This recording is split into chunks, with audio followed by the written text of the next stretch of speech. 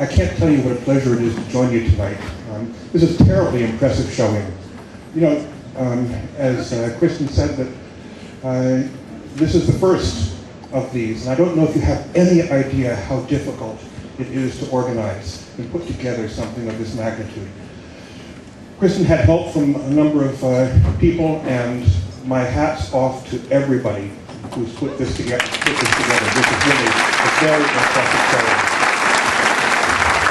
I'd like to make special mention of the elementary school teachers of Kristen's who are here and volunteering, Kortney's, I'm sorry, who are here and volunteering, and that's a really amazing level of commitment.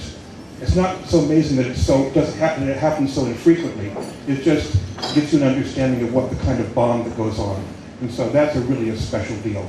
I'd also like to acknowledge, especially that a number of people who I do know here are here tonight, and I want to indicate my appreciation for Susan and Rommel coming out tonight. Listen, this is a very important thing. It's not just important to me, it's important hugely with respect to the health of children. As Kristen said, you know, pediatric brain tumors are right now the #1 cause of cancer death in kids. And they are occurring right now at a frequency which is identical to, at this point, leukemia. And childhood leukemia, everybody knows about, and everybody's seen the pictures of children with childhood leukemia. But the information about childhood brain tumors and how frequent and common it is just isn't out there. So the kind of work that Kristen and the whole Kortney Rose Foundation is doing in terms of raising awareness is critically important. I'm here representing Children's Hospital of Philadelphia and our neuro-oncology program. And I'm one person in a group that couldn't function if it weren't for all the members of that group. And when I talk about our group, I'm talking about on the clinical side, as it stands right now, 5 nurse practitioners, 6 full-time physicians who do nothing besides children's brain tumors. 4 clinical data managers so that we can run our 20 clinical trials that we have going right now. We have, as it stands right now, 18 primary investigators who are doing laboratory-based research on various aspects of brain tumors, as well as another 8 people who are doing quality of survivorship. So we have a really, really comprehensive program, and I'm here representing all of that. Now, I couldn't do it, we couldn't do it, if it weren't for the kind of teamwork that basically is emblematic, I think, of Children's Hospital of Philadelphia. And as Kristen said, I've been there for 16 years and watched it grow from an institution which was outstanding to an institution which is absolutely the premier. And having worked at Children's in Boston and at Johns Hopkins and Columbia and Sloan Kettering, I can tell you that this is the best place in the world for treating children with cancer. And if I didn't think so, I would have accepted their offers to go work there.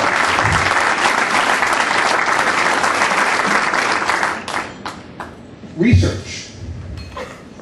You all know what research is, but fundamentally, research basically means when we are not satisfied with what we're doing, with the outcome of what we're doing right now, then we have an obligation to make it better. And that process, that obligation of making it better, that organized process, is research. People say, but you're making the children guinea pigs.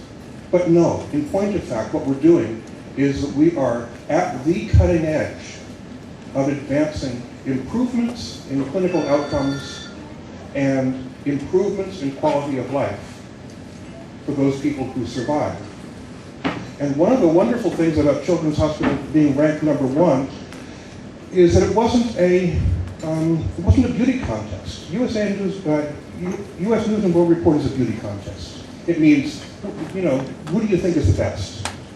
But the other rankings are based on our outcomes, our survival, our quality of our research, our publications, and how many people quote our publications to support their research. And that's what makes us number one. So our research, as it stands right now, is resulting in, at this point, the highest quality of life as well as the highest survival rates for children with brain tumor in the country. And I know that you've heard that from St. Jude, but really true. Otherwise, they'd be ranked number one. We have a very comprehensive approach to childhood brain tumors. And what we understand about this is that our first obligation is to improve survival. So there's going through right now, or there's happening right now, a true revolution in cancer therapy. And in a large way, we're leading that part of that revolution.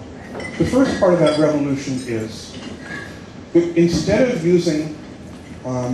developing cancer strategies which kind of attack all cells indiscriminately, that based on molecular genetic understanding of tumors and normal tissue, we're developing therapies that are far more specific. We're at the beginning stages of this. We're learning how to use them. We're learning how to use them safely. We're learning how to use them in combination, and we're learning how to develop newer ones and newer ones and newer ones. So that our process for screening right now, new therapies, is about 10 times faster than it was 5 years ago. So one part of the revolution is we're changing our therapeutic strategy. And if we're going to change our therapeutic strategy, we have to know what we're doing specifically. We have to understand the tumors, we have to understand the biology, and we have to base our therapies on those biology questions. The second revolution, and this is where it gets particularly important for evenings like tonight, is the revolution in funding. And it's not a very good revolution. Over the course of the last 6 years, and you can do the math, NIH funding for cancer research has basically functionally dropped by 50%. It used to be the case that grant level, grants that were scored at the 20th percentile were fundable. I know this because I sit on 2 NIH grant review committees. Right now, grants are being funded at the 10th percentile. So we've gone from 21 to 10. We can't get our junior investigators funded. And for the first time in a long time, one of my grants, which was scored at 1.4, which 1 is perfect, wasn't funded because it was not quite at that level. No, well, it'll get funded. That's not the issue. The issue is that one of the major sources of our research efforts is fundamentally changing. And if we're going to continue doing the kind of work that we need to do in order to lead this kind of effort, it's going to be evenings like tonight that's going to make the difference. So I just want to tell you that we're terribly honored by your presence tonight. What you're doing and your participation in this is hugely important to us.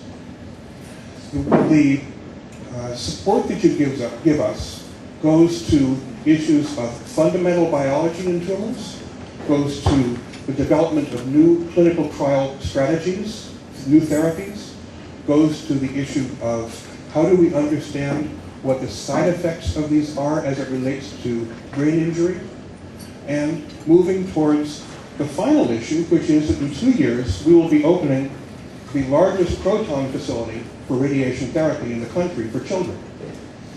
What this is going to mean is that unlike the current situation in which only kids who have the most stringent need for protons, meaning the most focused radiation that you can give with very little effect to surrounding tissue, instead of just a limited number of kids being able to get this, all of the kids at Children's Hospital in Philadelphia who are going to be treated for brain tumors are going to be treated with protons.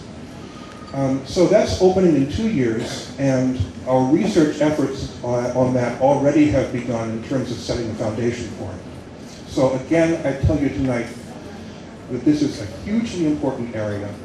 It's terribly important to understand how serious the consequences are as it relates to being successful for children's brain tumors.